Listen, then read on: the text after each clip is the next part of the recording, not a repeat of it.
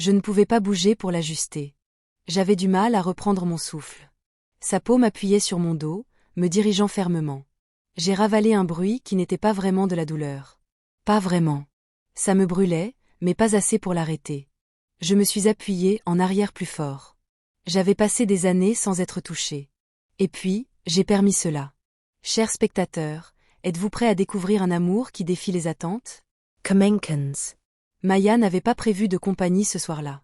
La pluie crépitait doucement contre les fenêtres de son appartement, tandis qu'elle repliait une couverture sur le canapé. La pièce était silencieuse, faiblement éclairée par la lueur vacillante de sa bougie préférée, lavant des bois de cèdre, réconfortante et familière. C'était son genre de soirée, un thé à la main, un vieux film déjà lancé, et personne n'avait besoin d'elle. Puis son téléphone a vibré. C'était Esha, son amie de fac, et maintenant infirmière à l'hôpital. Ils ne s'étaient pas vus depuis une éternité. On n'avait échangé que des textos de temps à autre. Le message disait « Maya, je suis coincé en double service. Zion est dans le coin. Chez un ami, mais ça n'a pas marché. Peut-il dormir chez toi un moment? Il n'a nulle part ailleurs. » Maya cligna des yeux. La dernière fois qu'elle l'avait vu, c'était un adolescent calme et maladroit qui parlait à peine. Sauf si on le lui demandait. Pourtant, elle répondit. Sans hésiter. Bien sûr, envoyez-le. Ici. Une trentaine de minutes plus tard, la sonnette retentit. Maya ouvrit avec un sourire poli et s'arrêta. Debaut. Il n'était plus le garçon dégingandé dont elle se souvenait. Zion était devenu un jeune homme, plus grand, plus posé, avec un regard calme et une présence Silencieuse.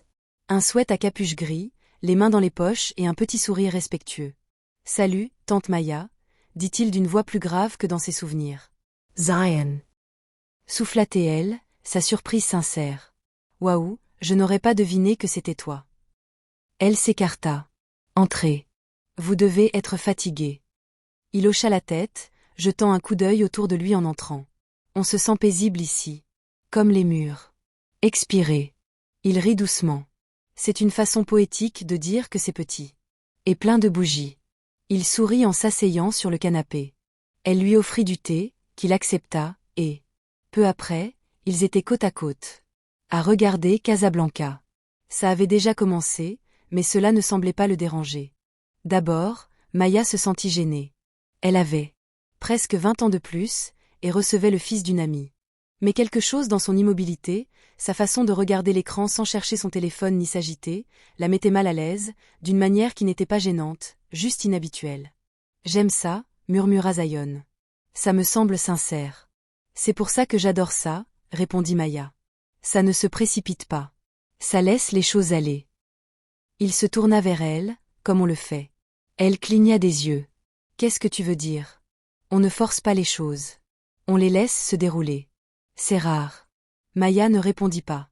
Leurs mains se tendirent vers le pop-corn en même temps. Leurs doigts se frôlèrent légèrement, sans le vouloir, mais aucun ne les retira.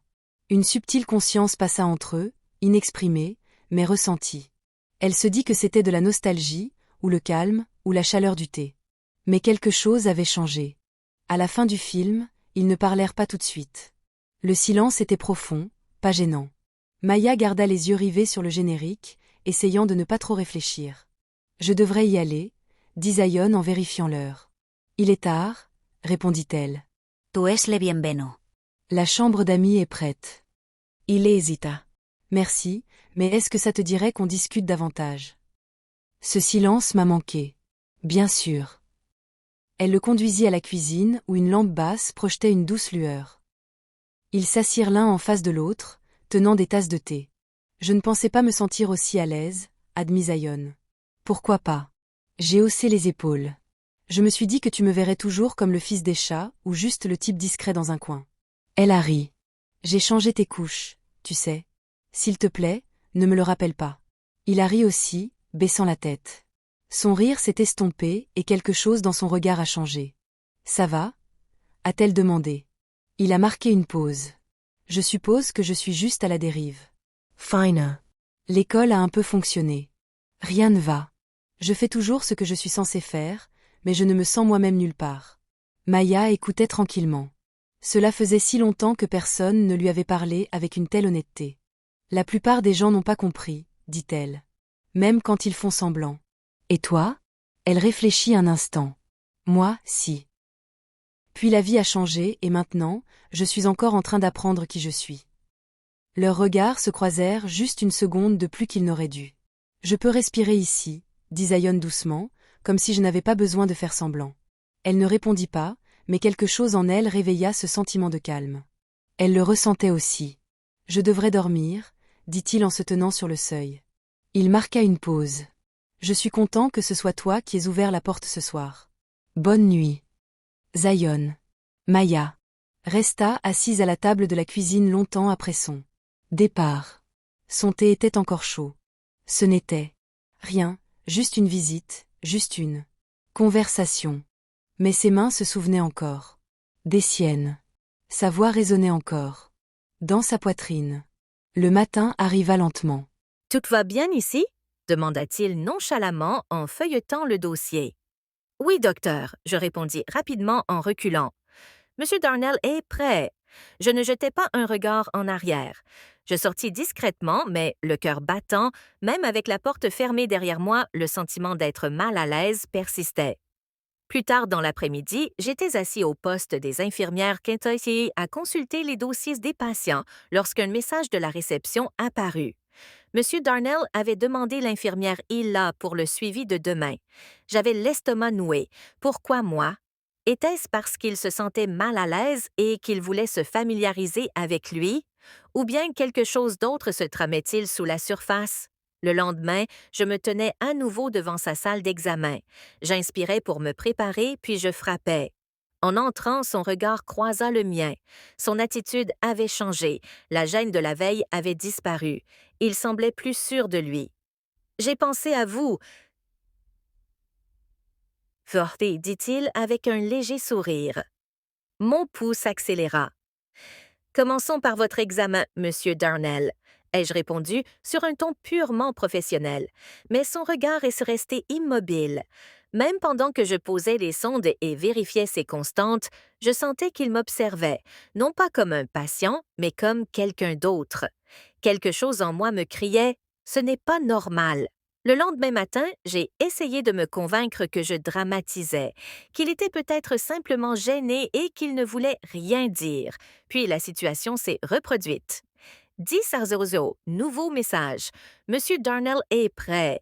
Il a demandé à vous voir spécifiquement. Mo, ça ne pouvait pas continuer. Je suis entrée dans la pièce, la plus vigilante possible. Je n'étais pas là pour être amicale. Je n'allais pas jouer le jeu. Bonjour, ai-je dit d'un ton neutre. Commençons. Il a affiché le même demi-sourire. Je suis contente que ce soit vous. Je n'ai pas répondu. J'ai agi rapidement, gardant mon détachement et ma routine. Mais il s'est penché en avant, la voix basse, et a dit « J'ai pensé à vous. » Je me suis redressée immédiatement. « Monsieur Darnell, je suis là pour vous prodiguer des soins médicaux. Restons professionnels. » Il hocha lentement la tête comme s'il avait anticipé cette réponse. Son étrange sourire ne le quitta jamais. Ses yeux restèrent rivés aux miens. Puis la porte s'ouvrit. Le soulagement me submergea. Quelqu'un d'autre.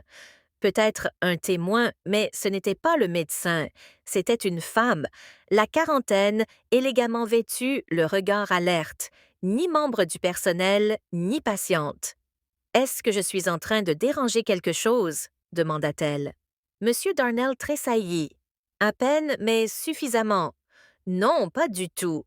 Je reculais du lit, je finissais juste. » Elle ne bougea pas. Elle le regarda, puis moi, puis de nouveau. Ce regard, je le savais. Sa femme. Je n'attendis pas. Je quittais la pièce, le cœur battant, les pensées s'emballant. Je venais de sortir de quelque chose qui était sur le point de se dénouer ou qui avait déjà commencé à le faire. De retour au bureau de l'infirmière, j'essayais de faire abstraction de cela, mais je n'y parvins pas. Cette femme savait quelque chose, ou du moins elle le sentait, et elle n'avait pas tort. Plus tard dans la journée, un autre message est arrivé. « Monsieur Darnell vous a de nouveau demandé. » C'était tout. J'ai contacté Sarah, notre infirmière en chef. Quelle qu'elle fût, s'est relâchée. Je me suis détournée de la fenêtre et je me suis dirigée vers lui, le collier toujours à la main, oublié pour l'instant. J'ai tendu la main, mes doigts légèrement posés juste sur sa clavicule. Nos lèvres se sont touchées, sans précipitation, sans hésitation, juste douces, simples, comprises. Il a posé une main sur mon épaule, calme et assuré, nous rapprochant tous les deux. Nous avons à peine bougé. Le silence entre nous était plus fort que les mots. Son autre main a trouvé sa place derrière moi, ferme mais discrète. J'ai touché son épaule à nouveau doucement et j'ai gardé ma main. Il n'a pas bougé. Il était présent, concentré. Nos fronts se sont brièvement rapprochés dans cet espace silencieux entre deux actions. Nous n'avons pas parlé, nous sommes restés là. Il a regardé le comptoir, puis de nouveau vers moi. Question silencieuse. J'ai hoché la tête d'un petit geste qui signifiait oui sans bruit. Il s'est approché et m'a aidé à me hisser sur le bord du comptoir. Son geste était lent, pensif. C'était logique, naturel entre nous. J'ai trouvé mon équilibre, mes yeux ont croisé les siens, mes genoux ont effleuré ses flancs, proches mais toujours écartés. Nous sommes restés immobiles. Il n'y avait aucune urgence. J'ai levé la main vers son visage, mes doigts glissant sur sa tempe pour ramener son regard vers le mien. Nous nous sommes embrassés à nouveau, plus lentement, plus confiants, plus familiers. Rien d'autre ne bougeait. Le silence gardait tout ce qui était non dit. Ma main reposait sur son épaule. La sienne restait à ma taille sans la serrer, juste là, me promettant discrètement qu'il n'irait nulle part. Le silence nous enveloppait. Tout ce que nous avions porté était déjà entre nous. Réel, partagé, compris. Il s'est légèrement reculé pour croiser mon regard. Je lui ai adressé un bref signe de tête. Il n'en a pas fallu plus. Il m'a aidé à descendre doucement, sa main sûre. J'ai atterri doucement, tout près de moi. Il n'a pas reculé. Ensemble, nous sommes retournés dans le salon, nos pas légers sur le parquet. J'ai posé ma main sur son bras, sentant le calme s'installer entre nous. Nous n'avons pas parlé. Le silence était chaleureux, confortable. Sur le canapé, nous étions assis côte à côte. Nos regards se sont croisés à nouveau, retenant ce qui n'avait pas besoin de mots. Le baiser est resté avec nous, sans hâte, sans exigence, comme si le temps avait suffisamment ralenti. Mes mains se sont posées légèrement sur son épaule. Il s'est penché juste assez, sans rien demander de plus, juste présent. Une douce chaleur m'a envahi, non pas due à un acte précis, mais au poids de tout ce qui nous avait conduits ici. Un léger son m'a échappé, mi-surprise, mi-émerveillement, comme si je venais de réaliser l'importance de ce moment. Sa main a trouvé la mienne, une prise légère et facile. Aucune pression, juste une douce promesse. Le monde s'est effondré. Plus rien d'autre n'avait d'importance. J'ai renversé la tête en arrière, les yeux fermés. J'ai respiré la proximité, la sensation d'être vraiment vu. Et pendant un battement de cœur suspendu, le temps s'est arrêté. Non pas à cause d'un mouvement ou d'un bruit, mais parce que tout semblait complètement, indéniablement,